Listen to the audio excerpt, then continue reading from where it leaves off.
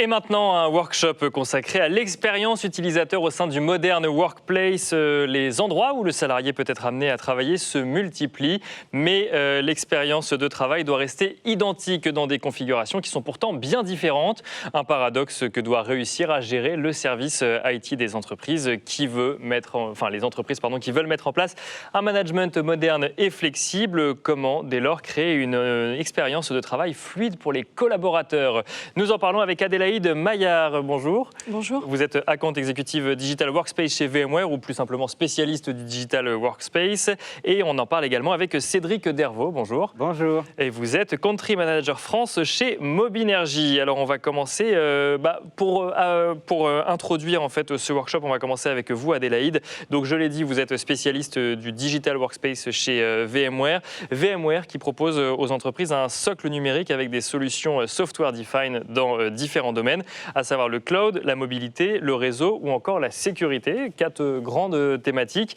Et vous proposez notamment la solution Workspace ONE. Est-ce que vous pouvez nous parler rapidement de celle-ci ? Workspace ONE fait partie de notre offre Digital Workspace et vise en fait à accompagner les organisations dans la gestion des accès et des terminaux. D'accord. Et donc, on va revenir dessus, évidemment, mais c'est vraiment histoire de comprendre un petit peu vos expertises à l'un et à l'autre. Cédric Dervaux, donc j'ai dit Country Manager France chez Mobinergy. Mobinergy qui conseille et accompagne les entreprises sur différents sujets IT et notamment sur cette question de Digital Workplace. Et Workplace ONE est une des solutions que vous conseillez.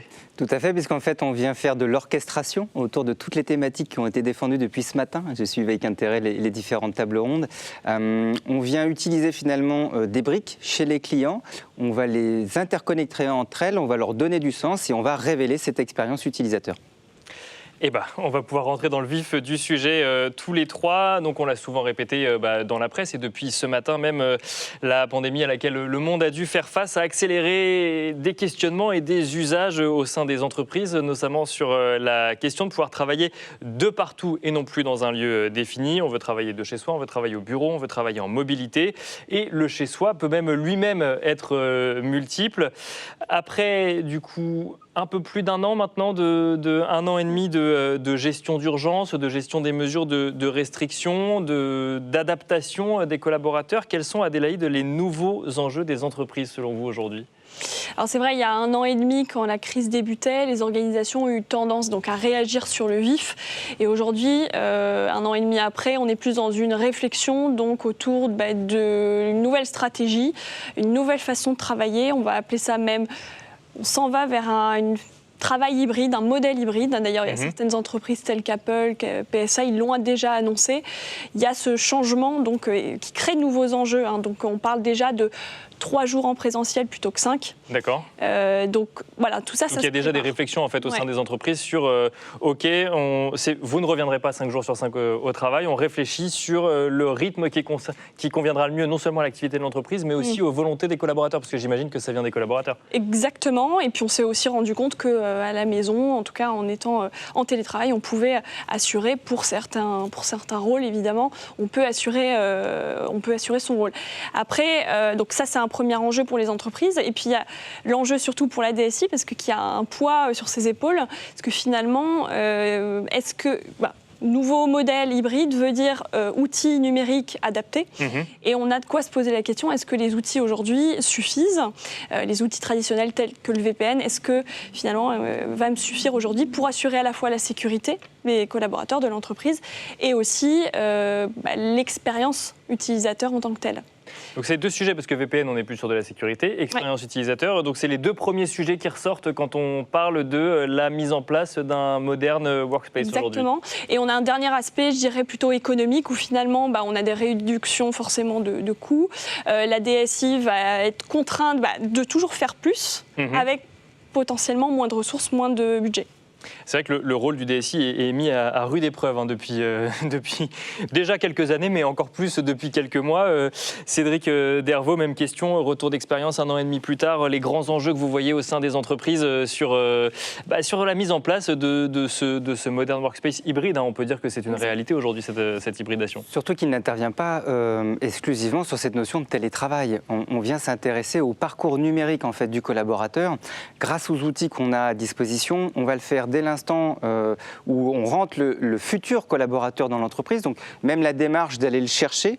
Ensuite, on va faire un onboarding, donc on va lui offrir un certain type d'expérience.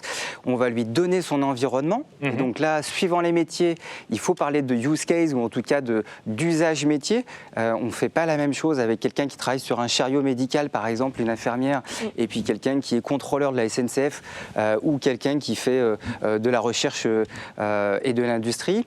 Et puis après, eh bien, on va avoir la mobilité interne. Comment je fais pour bouger finalement son environnement, lui permettre de toujours lui donner les bons outils au bon moment, qu'ils soient natifs ou pas, peut-être qu'on en parlera. Et puis ensuite, il s'en va de l'entreprise. Et également, ce processus, il existe jusqu'au bout finalement de A à Z. Donc être vraiment en bout de chaîne donc, sur l'expérience collaborateur. Est-ce que, Adélaïde, les attentes des collaborateurs, pour le coup, elles sont plus élevées qu'avant ou est-ce qu'ils sont encore en train de tâtonner un petit peu ou au contraire, il y a des attentes claires sur ce qu'ils veulent ? Si. Alors déjà, les attentes des utilisateurs en général sont assez hautes envers la DSI. Elles le sont encore plus quand on travaille à la maison ou à distance. Et c'est vrai que, en général, les utilisateurs ont en tête... les outils de l'IT peuvent en fait les freiner dans leur quotidien. Ils ont en tête ce qu'ils utilisent dans leur vie personnelle, c'est ça ? Oui, exactement. Et donc du coup, ça peut faire un peu on pensait que c'était un frein pour eux, pour leur quotidien. Donc l'enjeu pour la DSI, c'est aujourd'hui de mettre en place des outils qui sont faciles à intégrer dans la routine d'un utilisateur, qui va l'aider au quotidien pour ses tâches. Et il y a même des études Forrester qui dit que 70% des collaborateurs estiment qu'ils seraient plus engagés si l'IT leur mettait à disposition les outils qu'il leur faut pour être productifs. Donc le fameux casse-tête, il faut que ce soit simple, il faut que ce soit fluide, il faut que l'expérience soit la meilleure possible, mais il faut qu'il y ait de la sécurité et ça vient parfois contrecarrer les premiers constats.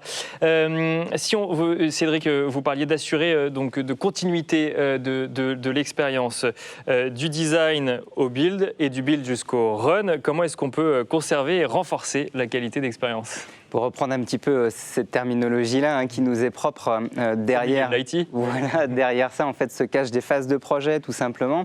On va venir exprimer avec le client ce qu'il a déjà, parce que beaucoup de DSI ne savent pas ou craignent peut-être que ça va être des coûts, que ça va être beaucoup d'efforts pour permettre, par exemple, la révélation du zéro touch. C'est cette expérience qui permet de donner au collaborateur, peu importe où il est, son device de façon très légère, etc. Et il n'a pas presque rien à faire dessus, en fait, il a juste à se connecter et ça fonctionne. Exactement, donc, et ça monte très rapidement, en quelques secondes, quelques minutes, ça dépend un petit peu du poids des profils qu'on peut mettre en place, mais on vient lui expliquer aussi que l'interconnexion de ces briques, et là je passe du design du coup au build, que ces phases d'intégration, eh bien, ce sont des connecteurs, parfois un petit peu de développement, mais pas souvent, puisque tout est interopérable, l'outil l'est en tout cas, et puis après on va avoir cette phase tout simplement de MCO, de maintien en condition opérationnelle, on va passer dans le run. Oui, c'est bien, j'ai pensé ma phase d'architecture, très bien, j'ai mis en place, mais qui va l'exploiter, comment? Et c'est là où à nouveau on s'associe à l'expérience utilisateur, parce que derrière ça, eh bien, il va y avoir des remontées d'informations. C'est ça, c'est ce que j'allais dire. Donc on sait qu'il y a les attentes. Les entreprises mettent en place un certain nombre de choses pour que l'expérience utilisateur soit la meilleure possible. Mais du coup, après, il faut la mesurer, cette expérience utilisateur. Peut-être Cédric toujours, puis après Adélaïde pour compléter.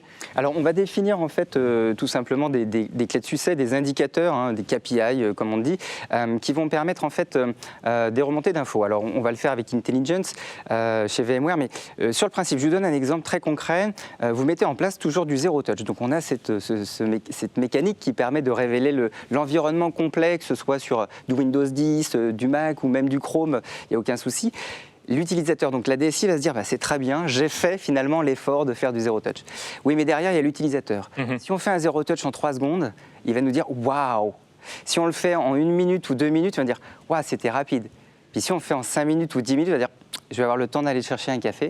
Et si ça dépasse ces 10 minutes, il va dire finalement, c'était long. Oui. Alors que ça reste finalement du digital workplace. Donc il faut prendre effectivement en considération la façon même dont sont mis en place. C'est Adélaïde également sur cette mesure d'expérience. Ouais, c'est un intérêt de pouvoir mesurer ce qu'on met en place pour mesurer donc l'expérience utilisateur.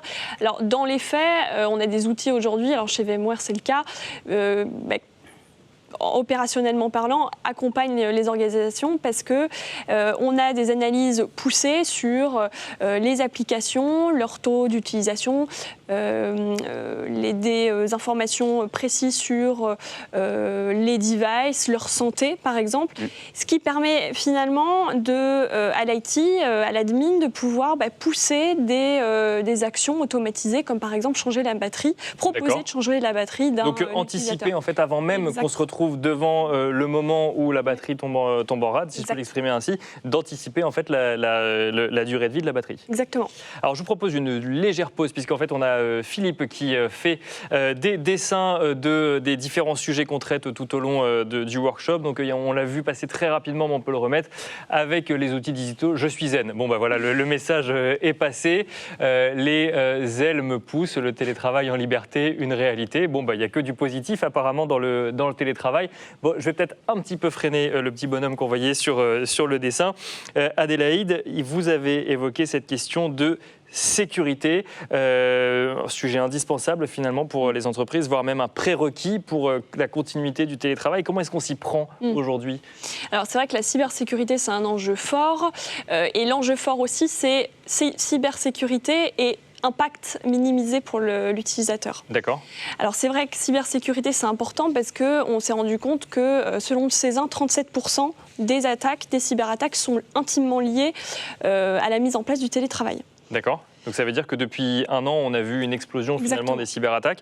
Et maintenant, il faut que cette source d'opportunité en fait pour les cyberattaques continue, mais qu'on soit dans des environnements plus sécurisés. Exactement. Donc finalement, il existe bien heureusement des approches, une approche et des solutions. Donc nous, ce qu'on préconise chez VMware, c'est l'approche zéro trust, zéro confiance, qui vise finalement à analyser en continu le niveau de confiance. Donc à différents niveaux. Donc ça va être au niveau de l'utilisateur, mais aussi au niveau du device, au niveau du réseau. Et peu importe où cette personne se connecte. Et peu importe le type aussi de device sur lesquels il se connecte.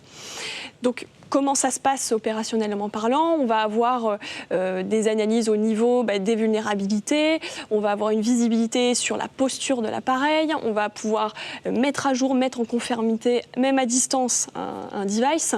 Voilà, c'est tous ces facteurs qui vont aider la DSI à continuer ses mécanismes de sécurisation. Et puis on va mettre aussi en place des stratégies de sécurisation des accès. Donc ce qu'on appelle des accès conditionnels, où finalement tous ces facteurs réunis, liés au device, l'identité de l'utilisateur, etc., une fois réunis, vont permettre de donner ou non accès à la personne, à l'application donnée. Alors, il y a une question que, oui, Cédric, vous vouliez peut-être intervenir. Concrètement, comme exemple, en fait, notamment les choses qui concernent le SSO, par exemple, le Signal Sign-On, ou l'authentification sur la conformité, c'est déjà des choses que l'utilisateur connaît. Il le fait sur Facebook, il le fait sur des applications qui vont lui permettre, en fait, de doubler, tout simplement, un code, un jeton qui va permettre une authentification. Bien sûr, et là, on va s'écarter exactement d'usage personnel finalement. C'est ça, puisqu'on va s'écarter des problématiques de complexité de mot de passe, par exemple, où on va associer les meilleures pratiques sur son authentification et en même temps, ce que disait Adélaïde, le terminal, lui, il est bien conforme en fait. Alors, avant de parler de terminal, parce qu'on va pouvoir y revenir, il y a quand même un sujet quand on est en télétravail chez soi, c'est qu'on fait un peu plus ce qu'on veut que quand on est au bureau, mais encore que. Mais du coup, on peut aussi avoir la tentation d'utiliser des applications qui ne sont pas forcément vérifiées par la DSI ou sécurisées par la DSI, des applications utilisées parce qu'elles seraient plus simples d'utilisation ou tout simplement parce qu'on aurait plus l'habitude de les utiliser ou autre. Qu'est-ce que ça veut dire d'un point de vue sécurité ? Ça veut dire qu'il faut surtout ne plus les utiliser aujourd'hui parce qu'elles ne sont pas compatibles avec la politique de sécurité, avec le terminal ? Oui, ou l'OS par exemple, ou la version du terminal. Alors, dans ce cas précis, souvent le cycle de vie d'une application et le cycle de vie d'un OS sont différents. C'est ce qui arrive souvent. Donc l'application a un cycle de vie parfois plus long que celui d'un OS. Donc ce qu'on préconise chez VMware, c'est la virtualisation d'applications. Donc virtualisation, ça veut dire toutes mes données, mon application s'exécute dans le data center et pas en local. D'accord. Donc là, on sécurise complètement. Et en fait, on déport l'affichage via un tunnel sécurisé sur la machine. Ce qui permet finalement à l'utilisateur de continuer à utiliser et accéder à cette application Et puis nous, chez VMware, ce qui est bien, c'est que on permet au même endroit, au même catalogue d'applications, d'accéder finalement aux applications virtuelles, j'en parlais, mais aussi tout le reste d'applications, applications SaaS, applications web. Ce qui est bien, c'est qu'on peut vraiment retrouver toutes ces ressources applicatives au même endroit. Au sein d'un environnement sécurisé. Exactement. Donc ça, c'était pour les applications. Cédric, même question, mais cette fois-ci pour le poste de travail. On est en télétravail, on est chez soi. On a peut-être effectivement sa tablette, son téléphone, mais on a peut-être aussi son ordinateur personnel. Bon, beaucoup d'entreprises équipent effectivement les collaborateurs avec des ordinateurs, mais peut-être que c'est pas toujours le cas. Peut-être que parfois on a envie d'utiliser son ordinateur personnel pour des raisons de confort ou autre. Là, pareil, c'est quel est votre avis sur le sujet? Alors, souvenez-vous, il y a quelques années, on vivait un phénomène de consumérisation, en fait, avec l'avènement consumérisation sur la téléphonie. On avait reçu le dernier smartphone à Noël, et puis on est arrivé dans l'entreprise en disant « je ne veux plus de ce GSM avec l'écriture T9, je veux utiliser mon smartphone de dernière génération ». On passe en fait au crible des modélisations. Donc, est-ce que je fais du full supervisé? Est-ce que je fais, donc c'était l'ancien Kobo, Copo, etc., qui permettait de savoir si on ouvrait ou pas l'utilisation. Nous, aujourd'hui, bien évidemment, on explique avec pédagogie, mais on respecte quand même les fondements même de l'entreprise sur ses données de sécurité et puis son cadre de sécurité. On n'interdit pas. Ce qu'on fait, c'est qu'on encadre. Le fait de donner un device ou d'autoriser une application par l'authentification et la conformité, finalement, demain qu'il utilise son terminal pour accéder à ses emails, si le terminal répond aux prérequis, eh bien on peut le faire parce que l'authentification n'est pas là et moins sur le terminal, mais plus sur la personne. Bien sûr. Où est-elle? Est-ce que c'est bien cette personne-là? Est-ce qu'elle connaît le mot de passe ou pas? D'accord.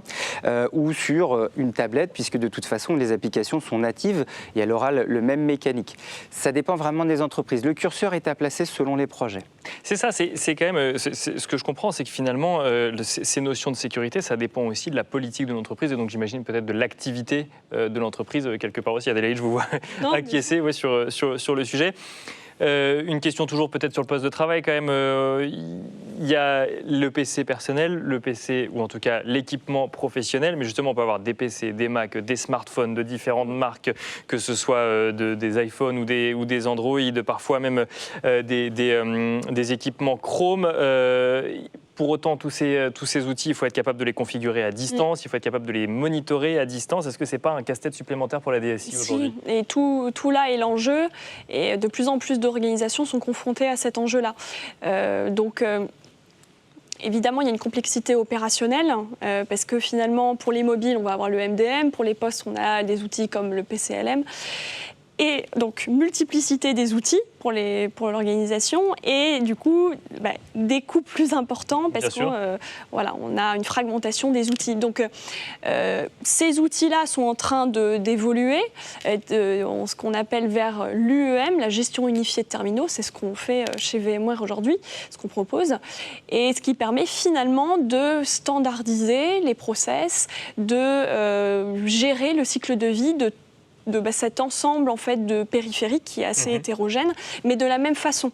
Ce qui permet finalement de limiter la masterisation qui est très longue pour les entreprises, très lourde et coûteuse aussi. On a des entreprises qui vont jusqu'à 15 mois pour créer un master. C'est énorme. Et ensuite, on se rend compte que l'OS, la version du coup, n'est plus la bonne. N'est plus la bonne, donc il faut recommencer. Donc voilà, c'est un cercle vicieux. Donc voilà, la gestion unifiée de terminaux sert à ça, justement, à répondre aussi à différents cas d'usage. Cédric, tu en parlais tout à l'heure, c'est une infirmière qui a ses données patients sur sa tablette, un utilisateur qui est chez lui avec son propre terminal qui le reçoit à distance, à domicile, ou bien quelqu'un dans une chaîne logistique qui a besoin de flasher ses colis via un PDA. C'est la même chose, on adresse les cas d'usage. Il faut remettre aussi en perspective les évolutions et les cycles de vie aujourd'hui, les cycles d'évolution en fait, des différents OS et des applications, puisque tout est chaîné. On vient faire un lien avec la conduite au changement, puisque forcément, pour bénéficier des nouvelles features, des nouvelles possibilités, des différentes solutions, déjà, il faut qu'elles soient interopérables, il faut qu'elles fonctionnent. Là, c'est le cas, par exemple. Et puis, il faut former les équipes, qu'elles soient internes chez le client, qu'il ait une équipe, qu'il ait une personne, 2 personnes, un infogéreur, etc. Il faut que tout le monde soit aligné à un instant donné pour permettre à chaque fois, la finalité, c'est quoi? C'est l'expérience. L'expérience, pour nous, en fait, de notre point de vue, c'est de dire je délivre l'environnement. Oui, mais derrière, il y a des personnes. Il faut et la personne, utiliser et évoluer dans cet environnement. C'est une satisfaction qu'elle doit avoir. C'est un épanouissement qu'elle doit avoir. Si elle n'a pas les bons outils au bon moment, ça ne marchera pas. C'est marrant d'utiliser ce terme satisfaction, parce que c'est un terme qu'on utilise pour des clients, et là, en fait, on l'utilise pour des collaborateurs. Enfin, l'entreprise l'utilise pour des collaborateurs. Je parlais de consumérisation tout à l'heure. Là, par exemple, le contexte sanitaire nous a encore plus engagés dans des modèles à distance. Donc, je vais sur Internet, je commande, je pose mon doigt pour monter ma carte bleue, j'achète en un clic, je reçois le lendemain. Pensez-vous pas que ça aussi, ça peut avoir un impact dans l'entreprise? Quand je reviens en disant, mais moi, mon application, quand je clique, je veux qu'elle s'ouvre tout de suite, qu'elle soit virtualisée ou pas, qu'elle soit native ou pas, et puis je la veux sur ce terminal-là, et demain, sur les sujets d'attractivité de l'entreprise, par exemple, où on va nous réclamer d'autres devices, on parlait d'opérationnalité avec tous les OS, eh bien, aujourd'hui, je travaille avec un Chromebook, demain, je travaillerai avec un PC, après-demain, peut-être avec un Mac. Il faut qu'on puisse m'offrir cette chance. Un mot rapidement de l'onboarding, parce qu'on parlait effectivement tout à l'heure de l'onboarding. On a parlé finalement des différents PC ou des différentes applications qui sont en lien avec la marque employeur et l'attractivité des talents. L'onboarding a l'air de l'espace de travail digital. Ça se passe comment? Adélaïde, directement, qui a un retour d'expérience concret à nous faire sur le sujet. L'onboarding, c'est vrai que c'est important, c'est une étape super importante dans les organisations, parce que c'est le moment de faire une bonne impression. Il faut rendre autonome le nouveau collaborateur le plus possible et comme tu disais, aussi le satisfaire dans ses premiers jours dans l'entreprise. Donc c'est vrai que moi, ça a été le cas. Je suis arrivée chez VMware il y a un an et demi, au début de la crise Covid. Et ce qui s'est passé, c'est que... j'ai arrivé dans l'entreprise, mais physiquement chez vous. Exactement. Donc j'ai reçu en fait mon ordinateur à la maison qui était préconfiguré et mon smartphone. Alors moi, j'ai pu avoir le choix. Donc j'ai choisi la marque Apple, mais comme j'aurais pu choisir une autre marque et un autre OS. J'ai pu en fait recevoir mon smartphone, ma machine, l'installer avec mes mots de passe que l'IT m'avait donnés et puis lancer en quelques minutes et grâce à évidemment ma connexion Internet, donc toutes les configurations en fait sont descendues sur ma machine. Quand vous dites l'installer, en fait, c'est commencer à travailler, c'est l'ouvrir et rentrer un identifiant et ça fonctionne. Oui, exactement. Et en quelques minutes, je pouvais, dès mon premier jour, avoir accès à mes ressources applicatives, consulter par exemple mon contrat de travail, pouvoir le signer, avoir déjà des contacts avec mes collaborateurs, retrouver mon directory, mon répertoire. Bien sûr, parce que là on rentre dans l'intégration, enfin c'est l'onboarding, mais c'est aussi l'intégration dans une équipe de manière totalement virtuelle. Exactement, j'entre dans la culture VMware à ce moment-là en étant à distance. Et c'est vrai que ça peut être fastidieux pour l'IT, ça peut être fastidieux pour moi en tant que nouvelle arrivée. C'est vrai que ça a été plutôt fluide comme expérience et j'ai pu en fait commencer mes premières tâches, mais par exemple j'ai pu me former en fait dès mon premier jour. Et donc du coup commencer à travailler, ou en tout cas, peut-être pas travailler, mais en tout cas commencer à échanger tout de suite. C'est amusant, Cédric, ce retour d'expérience que moi j'ai quand même en tête dans certaines entreprises, que ce soit moi ou des gens que je voyais arriver, l'ordinateur n'était pas encore configuré ou c'était encore les identifiants de l'ancienne personne, la boîte mail, il fallait peut-être attendre 2-3 jours, il fallait aller du coup à l'étage, au 3e étage à gauche pour trouver le service IT, mais il n'était pas là parce qu'il était parti sur autre, et puis finalement on mettait 4 jours à configurer en fait nos ordinateurs. Là maintenant qu'on est à distance et que du coup il y a un facteur de stress supplémentaire, il faut que ça fonctionne tout de suite, quoi. On met en place des workflows pour ça. On vient paralléliser en fait un certain nombre de tâches et de services avec des compétences différentes. La RH, il faut par exemple que la RH donne la bonne information à l'outil pour que l'outil dise oui, je vais provisionner de façon automatique, puisque quel est le métier de la personne qui arrive. Et puis, on va mettre en place des scénarios qui vont permettre de lier une grappe applicative, de lier une notion de sécurité, est-ce qu'elle a le droit ou pas de se connecter, sur quel site, etc. Tout ça, on va l'encapsuler dans un profil, et c'est ce qu'on fait. On fait un pré-montage finalement du device, et on va faire une personnalisation fine au moment où on le reçoit.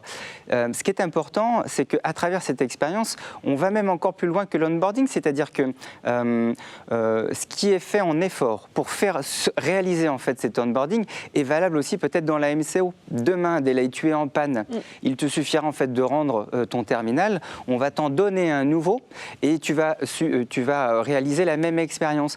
Et finalement, il n'y aura pas de rupture de service. L'immobilisation qu'on pouvait avoir avant, en disant ah bah j'y vais et puis on va l'ouvrir et puis on va enlever le disque. Repasser demain. Et, puis... et pendant ce temps-là, je fais quoi?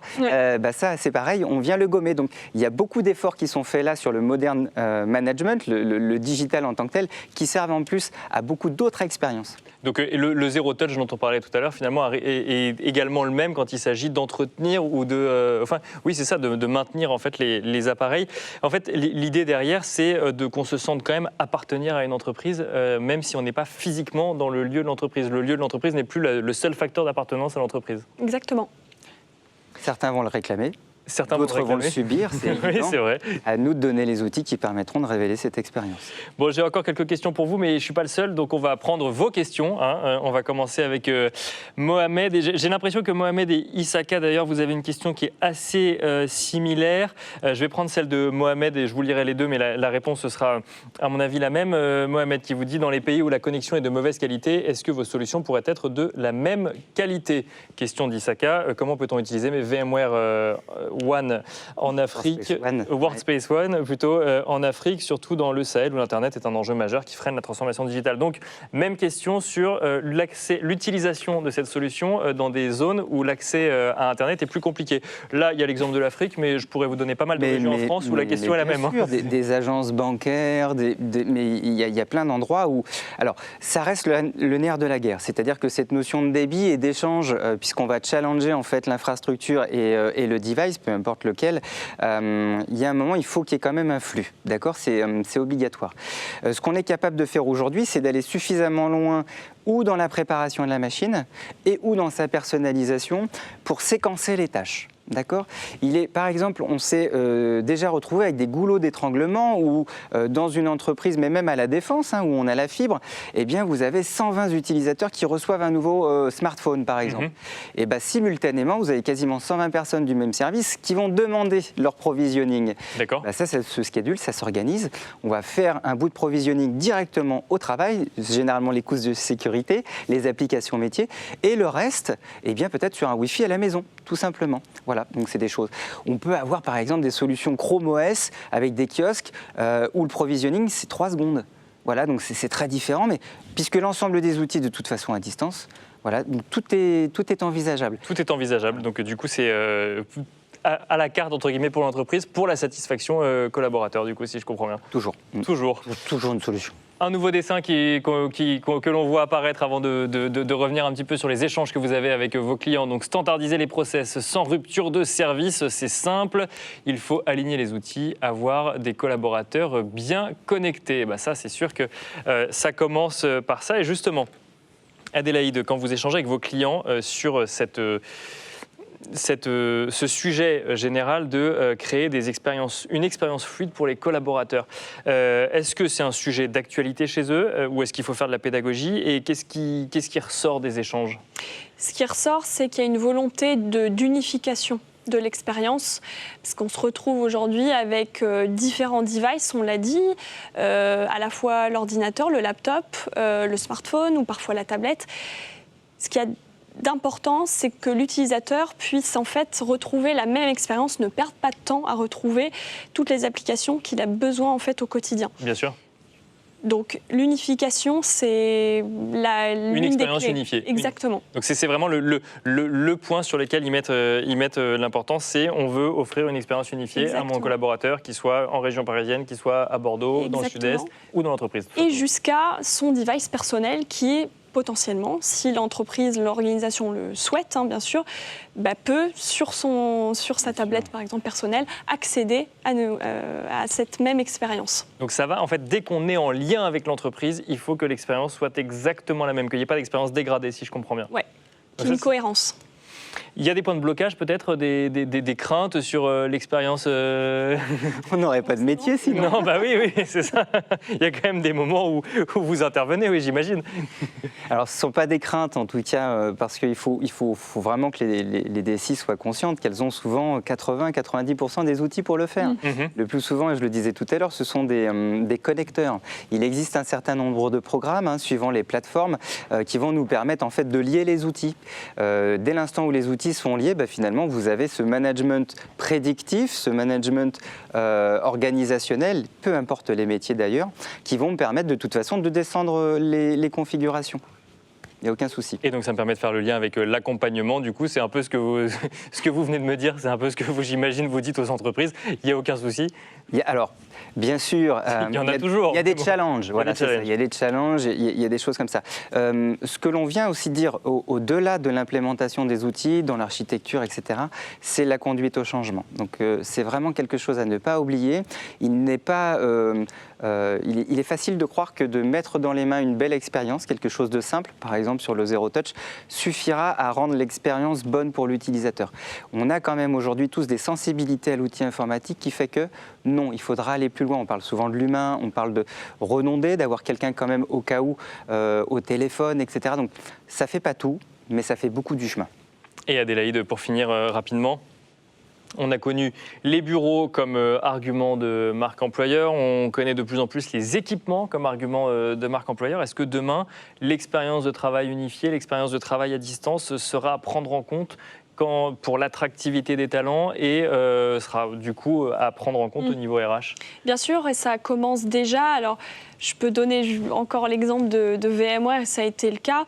Pouvoir, par exemple, donner le choix à un utilisateur de la marque de son device, ça a un poids. Bien sûr, ça a un poids, surtout quand on veut faire le lien avec ce qu'on utilise dans sa vie personnelle. Et c'est clair que ça peut être un avantage compétitif sur le marché quand on est une entreprise où on veut se démarquer. Donc oui, absolument, c'est un vrai avantage. Un vrai avantage et un vrai argument de marque employeur. Exactement. Du coup, merci beaucoup Adélaïde Maillard. Merci Cédric Dervaux, Adélaïde Maillard. Je rappelle que vous êtes spécialiste du Digital Workspace chez VMware. Cédric Dervaux, Country Manager France chez Mobinergy. Et merci à vous pour votre participation active. On a répondu à la majorité de vos questions. Il y a eu quelques réactions également. Je vous laisserai aller les découvrir directement sur le chat. Merci à vous et on se retrouve dans un instant.